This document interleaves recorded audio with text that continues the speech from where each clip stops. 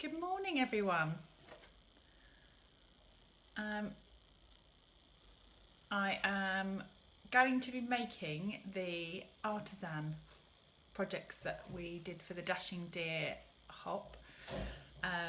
If you haven't been over to my page before, I'm Emma Goddard and I'm in the UK. Hey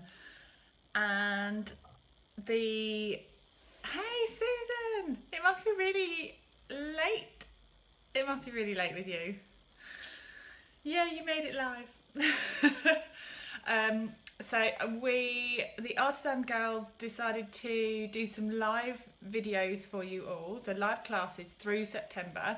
So if you haven't already checked out the hop, be sure to pop on over to my blog, and the details are all on there, and the links to Facebook Live pages or Instagram for the Artisan Design team that are going live through the month are on there, so be sure to check everybody out. So just while everyone pops on, I'll show you the projects a bit sort of close while I'm getting ready. So this is the card. So we've got a sneak peek of the paper here. This is using, I couldn't resist it, this is the Buffalo Check stamp set, so I'll show you that close up. And then this is the wooden DSP, which just goes perfectly with the Dashing Deer. So that's my card, and then I have made a home decor piece. We were out, it was Joshua's 9th birthday and he went go-karting, and it was in a wooded area. It was really good. But while they were going around the track, I was chief photographer, etc. But they were kind of taking it in turns. So I thought whilst they were taking it in turns, I'd scavenge around for some twigs and sticks and stuff, which is where the bits and pieces have come from. Collapse. Good job it's only that. As the whole stand. It wasn't the bookcase or anything, I'm safe. Right, this is the home decor piece. So the twigs I have sprayed in copper, and that was just from a local craft store. And the white on the top, I don't know if you can see that, kind of that white on top there, and the white on the pine cones is our new frost white shimmer paint. So it's this one, and then just left it to dry. I'm going to show you how to make these paper hangers today. I'm not going to put together an entire centerpiece. You'll be glad to know, because otherwise Susan will never get to sleep. So yeah, so you could hang that over your table, or you could hang that like against the wall, or in a window maybe for Christmas. So I thought it was just something a bit different. And you could add extra bits and bobs onto that as you wish, or maybe some little, if you could position it properly, you could maybe put some like battery fairy lights on it or something like that. I think it would look pretty cool. I'm going to try and stand this back up now behind me without it falling on my head. I've had it balanced there for weeks, and only when I decide to go live does it throw itself on the floor. But you know, hey, that's live, isn't it? Right, let's get making. So I'm going to turn the camera around.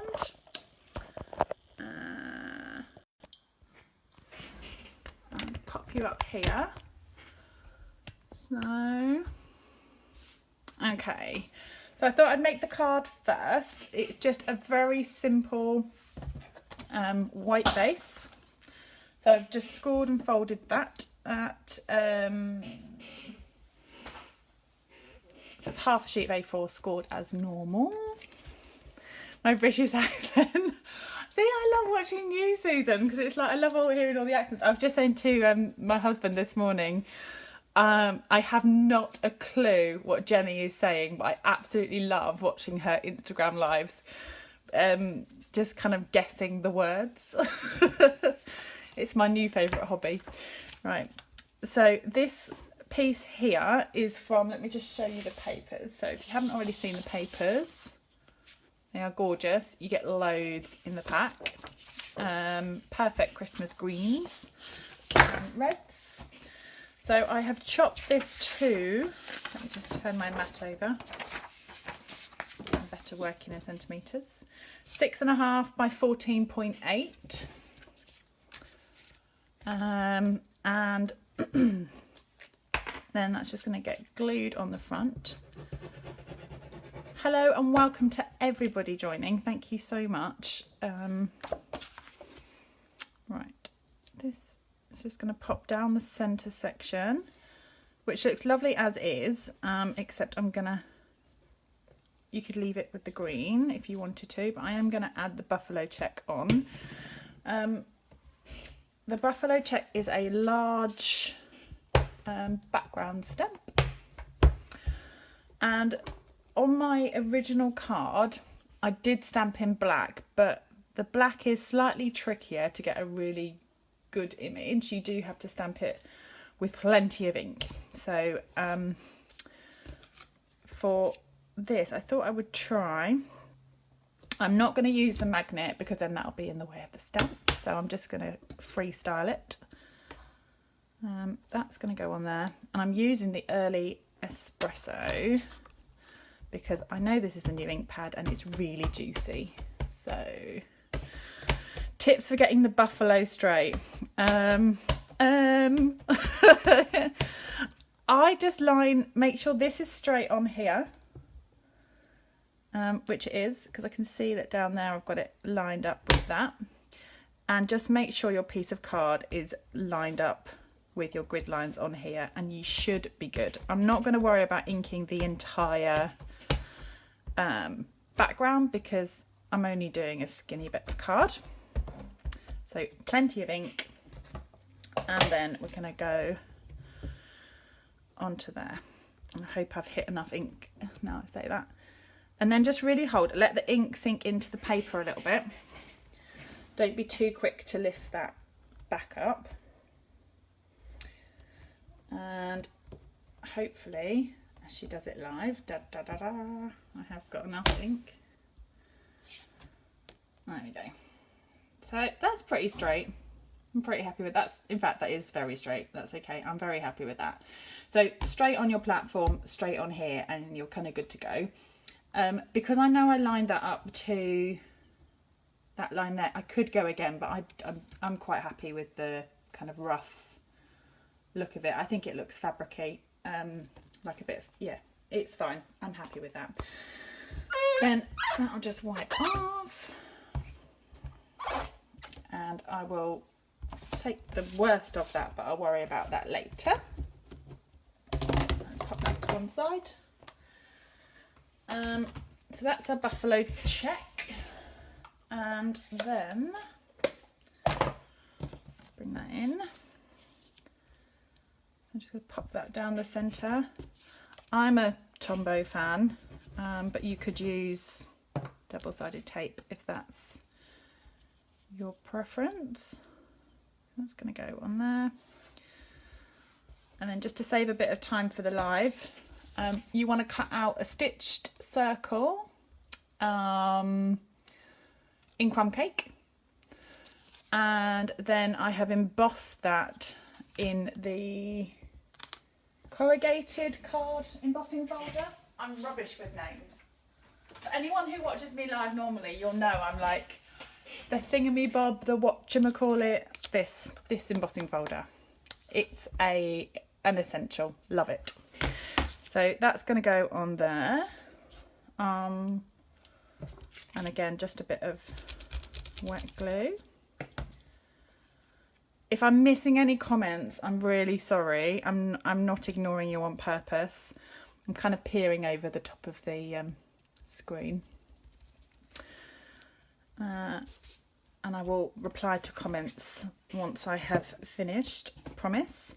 So top tip for getting your twine on the card when you don't have layers to tie around. So I want the twine going all the way across the card and not just on that section. So I'm going to use my small hole punch, 1 1/8, maybe 1/8 of an inch. The little hole punch, and you just want like a little half circle. Can you see that I've got that kind of half off there? So we're just going to go and take a little nook out of that, which then gives you the perfect circle to tie your twine through. Now I want to go twice around the card and a bow on the side, so I'm just leaving a little flap, kind of a bit off the edge. So twice round and then enough to tie your bow. So then I can feed that through. And back through here.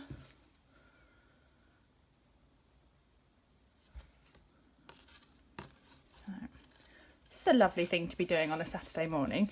The boys, Steve's busy doing some garden bits, and Joshua's got a friend over, so they're in the front room. I'm like, make sure you just stay really quiet. I'll pay you in sweets later. There you go. So you've got a little bow on the side, so you can froof around with that. So there you go. Ta-da! The dashing deers, I've also, you'll be pleased to know, wound them through the big shop before I came on. So tip for these, definitely use your precision plate, because otherwise you'll be winding these back and forth 100 times. So precision plate to get these antlers out nice and clean. And I've also used, if you haven't got this, this is fabulous. It's the permanent double-sided, so you just stick your paper so that it's all ready to go. So for the bottom layer, I'm going to leave it for a minute, and then I'm just going to layer up. So these are ready to stick. So I'm going to stick them together. So I've done the body first. And then just try and line up the antlers. Easier said than done when you're trying to do it on a live video. There we go. You can do it with little sort of a sponge, a dauber with a sponge of glue as well. That'll equally work fine, but sometimes the glue does just come through all the front of the antlers. And then I'm going to do a third layer, which is the wooden DSP. And again, I've stuck that down onto the adhesive sheets and then wound that through with the precision platform. And she's still trying to get that off. Oh, let's start with that bit. So that. Okay. And that's one way to keep me quiet, isn't it? Concentration. You could just have one layer and make life easy on yourself, but I quite like the thickness. There you go. So you get like a sort of almost like a chipboard effect. And if you want it really kind of textured, you could then sponge the edges for like extra shadow. I've just noticed there's a little bit. Oh, I think that's on the back bit. That's fine. So then the back one can come off. And then that can go straight onto your card. So, easy peasy. There you go. Morning, Kayla. Or evening, I should say.